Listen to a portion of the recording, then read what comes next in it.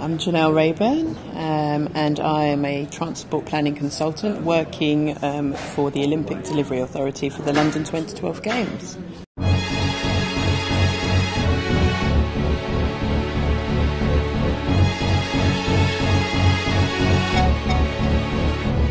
I've been in transport planning now for probably about 10 years. I kind of fell into it. I had great plans to go into the diplomatic services, but that didn't quite go according to the big plan that I had.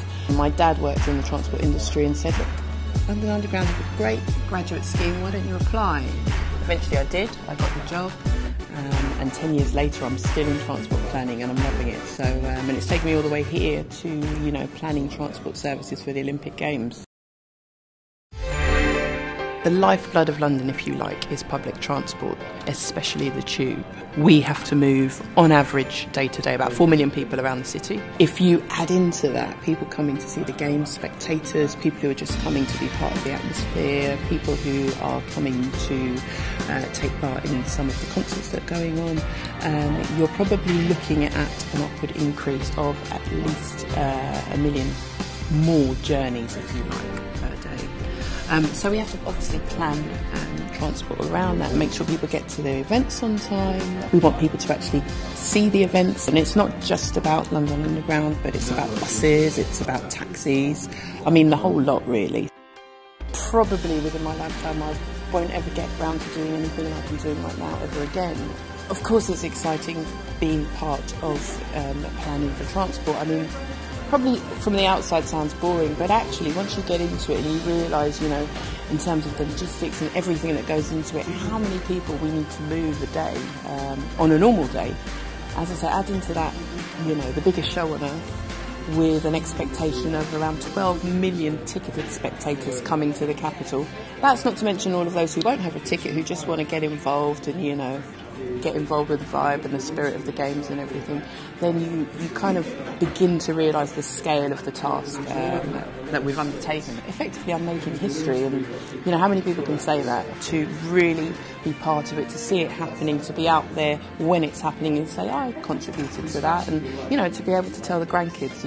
We all want a story to tell the grandkids. Transport has its challenges day to day anyway. You are relying on machinery that can fail sometimes, and you can't avoid that.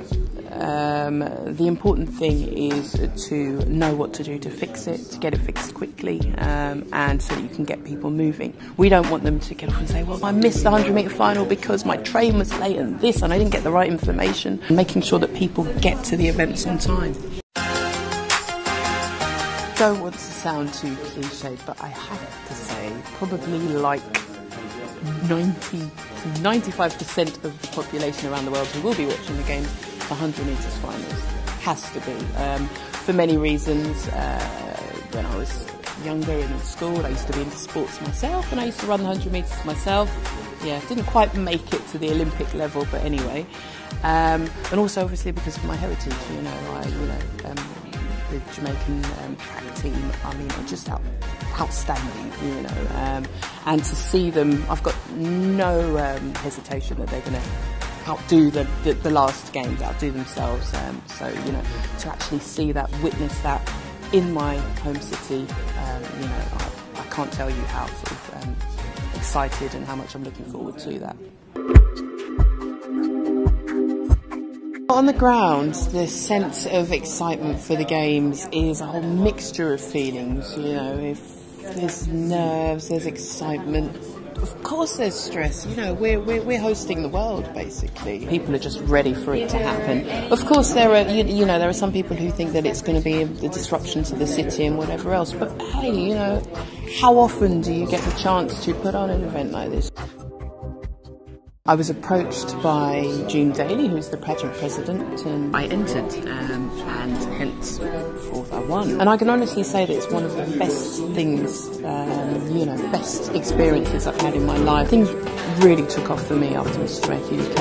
I was so kind of taken with the event and my whole experience that I'm now the vice president for the pageant. Following from Miss Jamaica UK, meeting former Prime Minister Bruce Golding, I also had a breakfast television interview on TV years ago, so you know, some people hopefully may remember my face.